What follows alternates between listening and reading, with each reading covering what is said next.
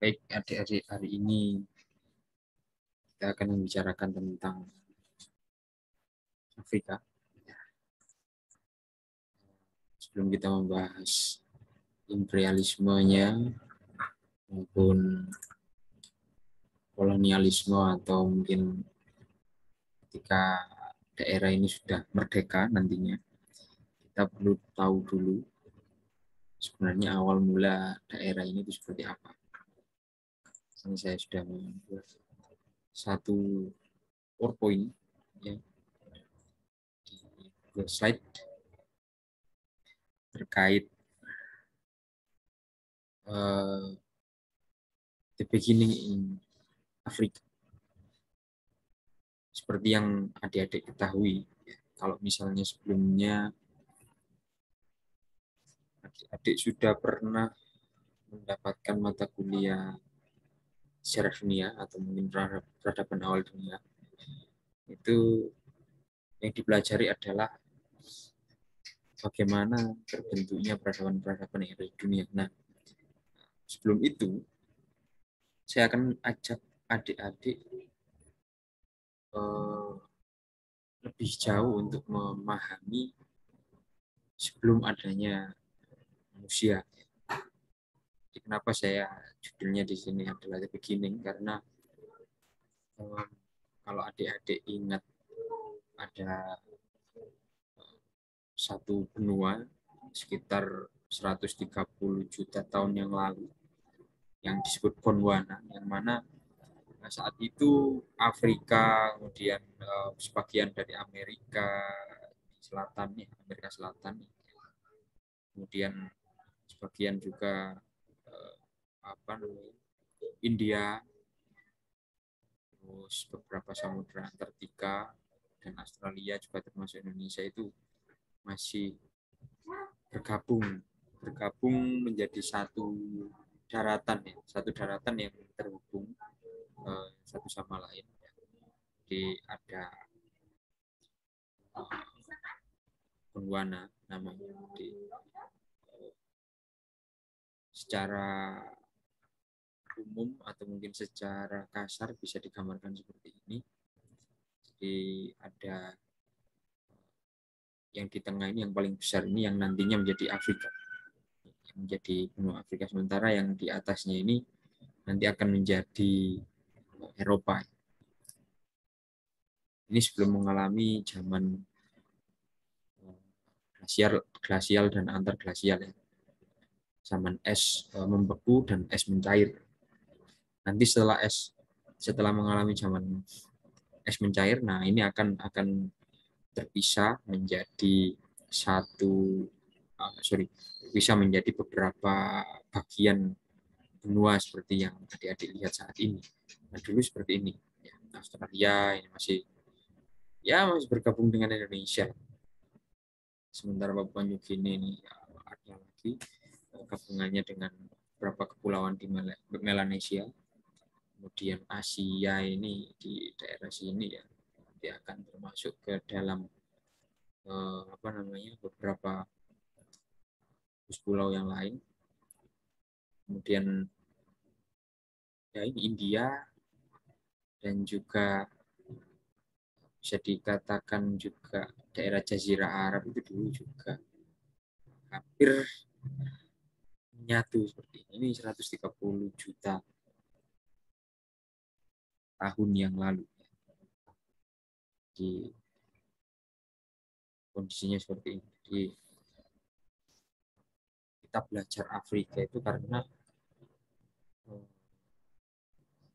peradaban tertua maupun dalam tanda kutip manusia tertua.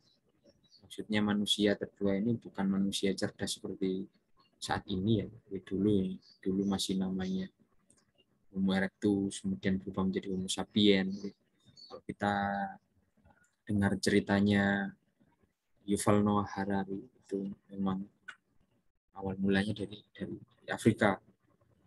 Dari Afrika kemudian menyebar ke beberapa daerah di utaranya, yaitu di Eropa, dulu masih nyambung, kemudian menyebar lagi ke daerah timur, ke daerah Asia Barat, kemudian ke daerah Asia Selatan, India, langsung masuk ke ada pecahan ke selatan itu ke daerah Asia Selatan dan Indonesia dan menuju ke Australia dan kalau ke utara ke arah yang sekarang itu disebut Cina atau Mongol, kemudian menyeberang Selat Bering. Selat Bering itu ada di pojok utara ya.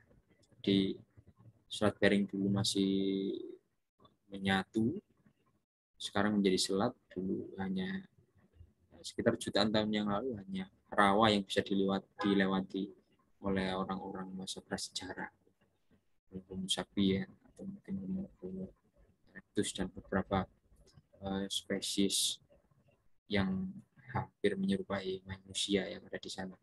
Nah, ini menjadi menarik karena titik fokusnya itu memang diarahkan ke Afrika. Beberapa ilmuwan menyatakan, arkeolog maupun sejarawan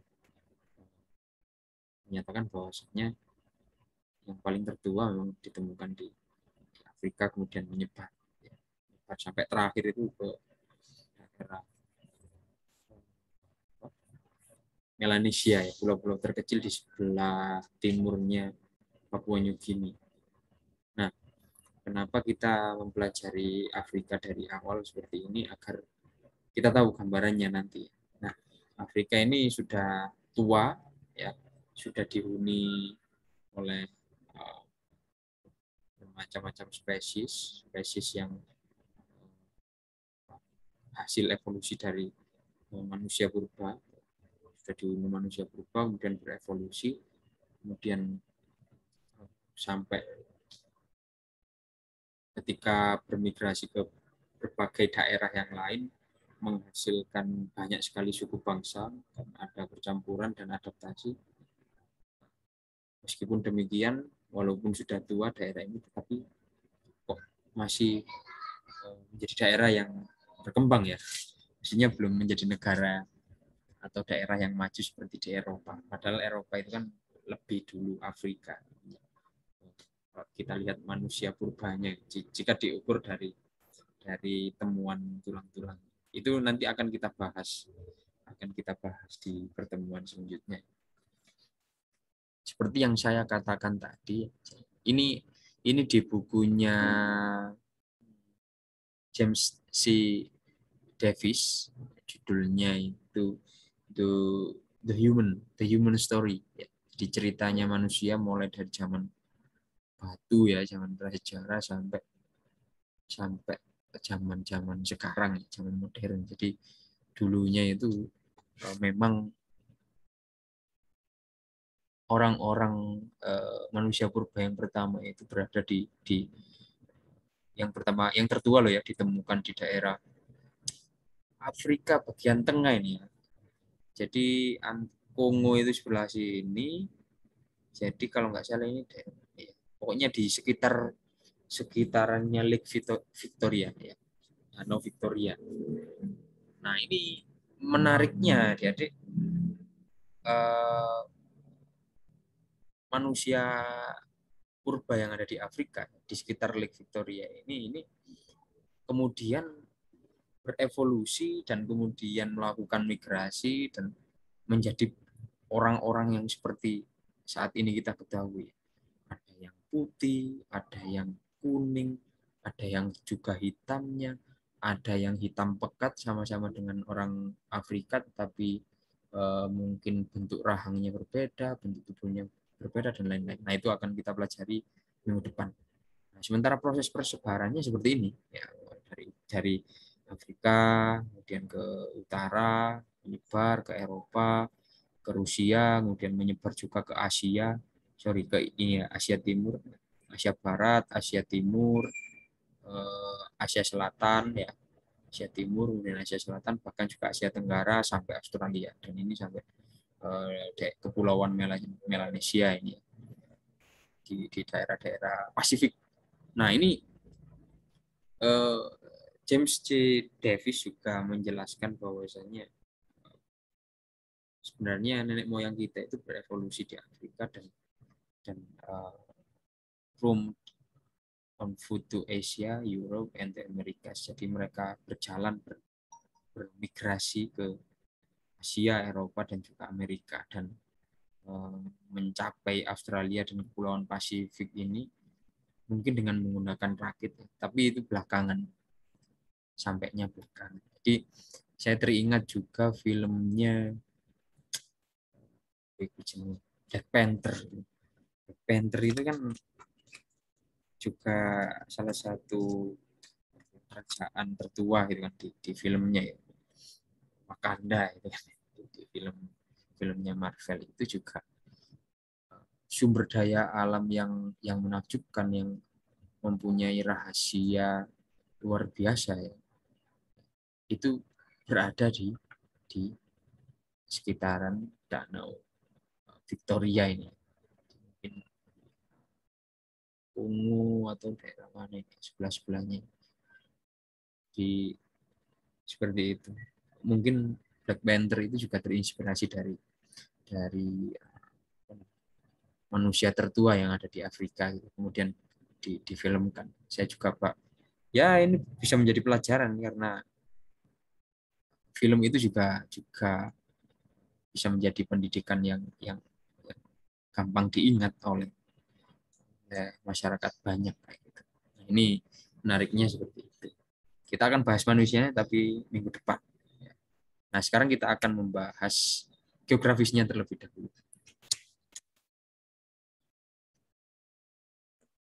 Nah, oh ya ini tadi. Mungkin bisa di DRC ini adalah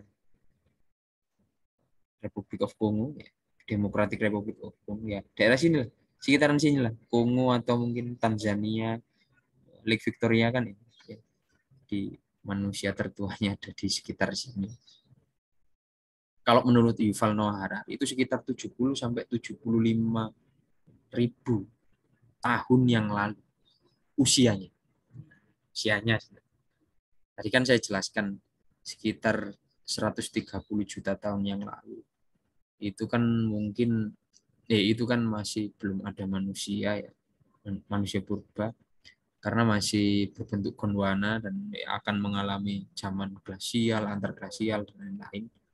Kemudian jutaan tahun setelahnya diisi oleh hewan-hewan seperti dinosaurus dan lain-lain itu kan hewan-hewan besar. Jadi ya saya nggak tahu lah masalah dinosaurus, nanti bisa kalian cari sendiri di internet. Nah, kemudian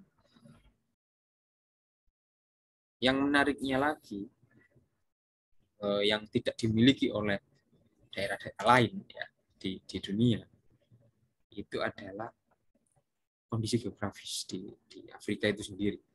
Yang mana sebelah utara ini kebanyakan diisi kok diisi. Kebanyakan berupa ya hampir 90-95% itu adalah gurun pasir. Gurun pasir yang terkenal adalah gurun Sahara. Di selatan nanti ada gurun Kalahari, misalnya. Nah, kemudian di daerah tengahnya adalah hutan tropis. Nah, ini ternyata manusia purba itu ternyata muncul di daerah yang ini tropis gitu. Ya, di daerah sini hutan tropis. Ini hutan tropis ada yang warna hijau. Kemudian hutan tropis ini tentunya dilewati oleh garis khatulistiwa atau garis ekuator yang juga kita ketahui bahwasanya ini juga lewat Kalimantan ya, lewat Indonesia. Jadi ya suhunya kurang lebih ya seperti ya sama, hampir mirip, dan kondisinya atau mungkin kondisi landscape-nya juga hampir mirip. Sementara di daerah selatan, nah ini campuran adik-adik. Campuran antara ada hutan, kemudian ada bukit ya. Bukit berbatu tapi batunya bukan batu andesit ya, batu gunung. Itu apa ya? Warnanya coklat-coklat kayak gitu. Ya, batu gurun mungkin ya. kemudian juga ada gurunnya di daerah selatan. Ini yang tengah, dan kursor saya sudah kelihatan ya. Nah, yang selatan ini daerah ini campuran. Ini menariknya atau uniknya Afrika. Nah, contohnya ini adalah gurun Sahara ya, yang ada di Afrika bagian utara yang tadi kita lihat ini putih semua ini. Nah, ini seperti ini adik-adik penampakan landscape-nya. Nah, sementara di tengah itu seperti ini. Yes, mirip seperti di Kalimantan atau mungkin di Jawa ya kalau ada hutannya. Hutan, banyak sungainya juga gitu ya. Pohon-pohonannya juga banyak, kelapa, terus namanya karet, gitu. Hewan-hewannya juga banyak. Nah, sementara ini di daerah selatan. Nah, di daerah selatan ini lebih unik lagi karena kayak semi semi semi apa ya? Semi tropis atau jadi perpaduan antara hutan tropis dengan gurun gitu ya. Jadi bukitnya itu bukit seperti ini, bukit tanah coklat seperti ini. Dan tumbuhan-tumbuhannya juga ya unik-unik. Saya nggak tahu ini namanya pohon apa ya. Jadi mungkin kayak kaktus itu senang tumbuh di daerah-daerah seperti ini yang minim air gitu ya, kering. Dan ya ini penampakannya selanjutnya. Yang paling terkenal di Afrika itu yang paling utama adalah gajah karena selain kelapa dan juga karet dan beberapa tambang mineralnya ya, tambang batuannya itu yang paling terkenal juga gading ya. Perdagangan gading gajah untuk komoditi. Ini penampakannya seperti ini. Kalau Indonesia itu tropis semua. Jadi ada gurunnya. Yang membuat Afrika unik itu ya seperti beberapa hal tadi dan ditambah juga wilayahnya yang sangat luas sekali. Sangat luas. Dia benua ketiga di dunia, benua ketiga yang terluas. Setelah benua Asia, benua Amerika, kemudian yang ketiga adalah benua Afrika ini sendiri.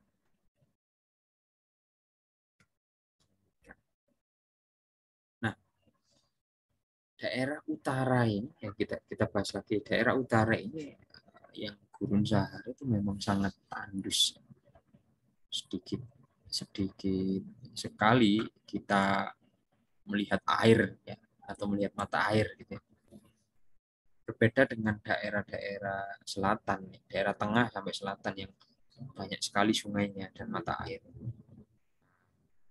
Yang mungkin yang subur di lembah sungai Nil ini, nah di daerah Mesir ya, ini yang subur, yang dekat dengan Laut Merah dan Laut Mediterania. Sementara di daerah ini, waduh, daerah negara Chad, Nigeria, ini wis ngeri.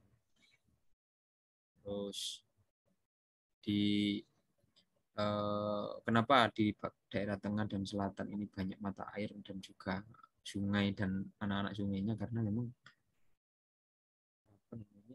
daerah tropis. Kita mungkin ini diprediksi oleh John Ilive, salah satu penulis sejarah short history of Afrika, diprediksi sekitar 15.000 sampai 20.000 tahun yang lalu itu baru terisi air gitu. Maksudnya baru ada sumber air. Nah, padahal seperti yang kita diskusikan di awal tadi, manusia purba di sekitaran Lake Victoria ini, ini Danau Victoria ini sudah ada sekitar 70 sampai bahkan 75 tahun yang lalu. Mungkin mereka berevolusi karena apa namanya, lingkungannya buruk. Mereka berevolusi. Jadi kalau menurut pendapat John Ilive ini, Africa's environment was exceptionally hostile. Di lingkungan di Afrika itu sangat buruk, sangat tidak mendukung untuk bertani saat itu ya, di awal-awal munculnya manusia purba. Jadi for the evolution of human beings in Africa mean that their pursuits had also evolved into unique profusion and variety depth. Jadi untuk evolusinya, orang-orang untuk evolusi manusia di Afrika ini terjadi sangat beragam dan terjadi terus-menerus, beradaptasi juga dengan lingkungan, termasuk penyakit-penyakitnya, parasit. Parasitnya juga ikut berevolusi, makanya di Afrika ini juga terkenal sebagai negara yang banyak penyakit, yang mulai dari penyakit ada lalat sese, ada penyakit ada flu, influenza, ada penyakit banyak sekali ya, penyakit mematikan, malaria di awal-awalnya dulu ya. Dan kelaparan itu terjadi di mana-mana. Bahkan tidak hanya dulu ketika awal mula adanya manusia purba, bahkan sampai sekarang ini juga seperti itu. Nah, ini yang menyebabkan Afrika ini mungkin sampai sekarang masih menjadi daerah yang berkembang. Padahal daerah ini mempunyai mineral yang kaya, sesuai dengan pendapatnya John Ilive, dan kemudian mungkin diilhami, ya mungkin ditiru oleh siapa, Black Panther itu ya, yang mempunyai ya, yang mereka mengandalkan batuan-batuan itu untuk kekuatan supernya ya. Mungkin saja karena mereka belajar dari sejarah, mempelajari sejarah. Jadi imajinasinya mereka seperti itu. Tapi memang sangat kaya akan mineral, tambang timahnya, tambang besi, dan beberapa tambang yang lain, emas, terutama emas. Luar biasa di Afrika. Rich minerals but poor soils. Jadi sangat buruk sekali tanah, lahannya sangat buruk sekali. Kecuali mungkin saat ini atau mungkin ketika periode kolonialisasi di abad ke-19, 1800-an,